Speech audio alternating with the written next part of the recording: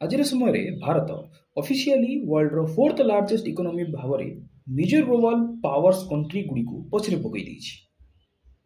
यह भारत एक remarkable achievement जहाद्वारा भारत ग्लोबल इकोनॉमिक रैंकिंग रे जर्मनी को पछरे पकई ता सहित यूनाइटेड स्टेट्स चाइना एवं जापान पर चतुर्थ स्थान अधिकार करिछि।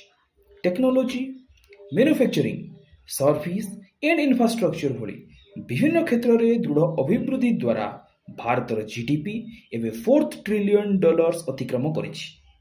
गत दशंधि धरी भारत कंसिस्टेंटली निजर रेजिलियंस एवं इनोवेशन प्रदर्शन करुछि, जहाद्वारा डिजिटल पेमेंट वृद्धि होइछि। ता सहित विभिन्न प्रकार स्टार्टअप इकोसिस्टम्स एवं मेक इन इंडिया भली लार्ज स्केल गवर्नमेंट इनिशिएटिव्स यही अभिवृद्धि को शक्ति देछि। भारतर प्रगति केवल संख्या बा नंबर्स उपरे निर्भर करे नाही।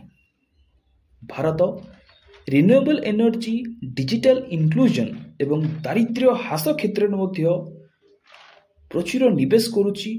ता सहित फोर्थ लार्जेस्ट इकोनॉमी भाव में भारत विपुल परिमाणर फॉरेन इन्वेस्टमेंट को आकर्षित करुछि एवं विश्वनीति और वाणिज्य गतिशीलता गठन में एक बड़ भूमिका ग्रहण करुछि।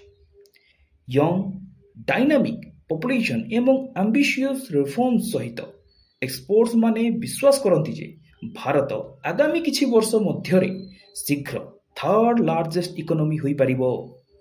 एही सफलता प्रत्येक भारतीयों पाई एक गर्वर मुहूर्त। यह प्रमाण करे जे हार्डवर्क, यूनिटी एवं विजन थिले किछि मध्य असंभव नुहे। एभली इन्फॉर्मेटिव वीडियोस पाई आम चैनल को लाइक, शेयर एंड सब्सक्राइब करंतु। धन्यवाद।